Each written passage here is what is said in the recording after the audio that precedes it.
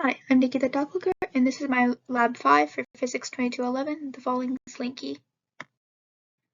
The purpose of this lab is to investigate the motion of a falling Slinky and explain that motion using Newton's second law, gravitational force, and tension and/or the spring force. Using a video of a real-life Slinky falling, the tracker software was used to analyze that video and output real-world data, and that data was compared to data created by a computational model. In the end, both of these different sets of data and models were used to support the theory that as long as the gravitational force in the downward direction was being counteracted by the tension force created by the Slinky spring in the upward direction, the bottom of the Slinky remained stationary in midair. The physics principles that were utilized in this lab, Newton's second law basically just relates the net force interaction between the system and the observed motion of the system. The drag force is just the result of the different particles in the atmosphere interfering with the falling object, so it was had to take into account because we did have an object falling. And finally, we've got the force due to gravity, which is the force exerted on the object by the Earth that pulls objects towards the center of mass of the Earth, so basically down to the ground, and the tension force created by a stretched spring, aka the Slinky, working in the opposite direction, from the source of the stretch to the top of the Slinky. So in this one case, T tension is equal to exactly the opposite of gravity. Let's set some initial conditions. So the system is the Slinky, the surroundings are everything else surrounding the Slinky, but the most important parts of it are the Earth and the Earth's atmosphere. The initial mass of the Slinky is 0.218 kilograms. The very, very top of the stretched Slinky is about 1.75 meters, and the initial position at the bottom of the Slinky was where our axis was centered, so that'd be 0, 0, 0 meters. The initial velocity, since it starts at rest, is also 0, 0, 0 meters per second.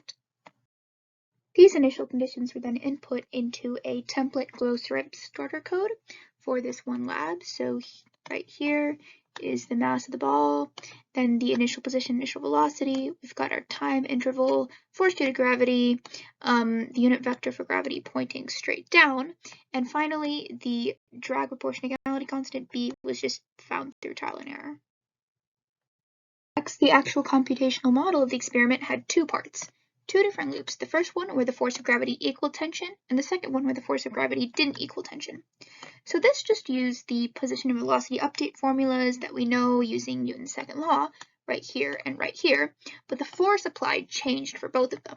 So in the first one, the force due to gravity is right here at the top one, the tension force is equal to the negative of the force of gravity, so they cancel out, and F net is 0, therefore the velocity and position don't change. In the second loop, however, we have a different drag force pointing it down because tension force is no longer present as the Slinky is no longer stretched that much.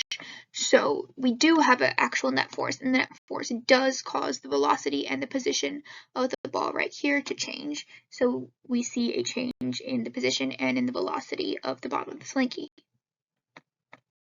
Here are the results of the computational model in blue and the tracker model in orange. Down at the bottom, you can see that for the force of gravity equaling tension, there we've got a straight line with no movement.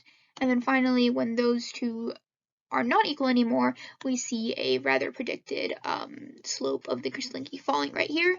These slight discrepancies, they're very, very close, but the small differences may be due to external forces in the real world like wind, or the fact that I did have to manually dot each and every point for the tracker model, and that may have caused some sort of human error. So let's look at our discussion questions. Why does the bottom of the Slinky remain stationary?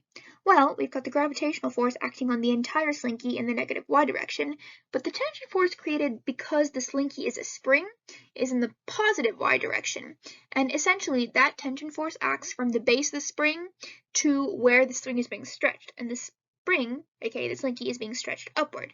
So one force downward, one force upward, they're both equal in magnitude and they cancel each other out.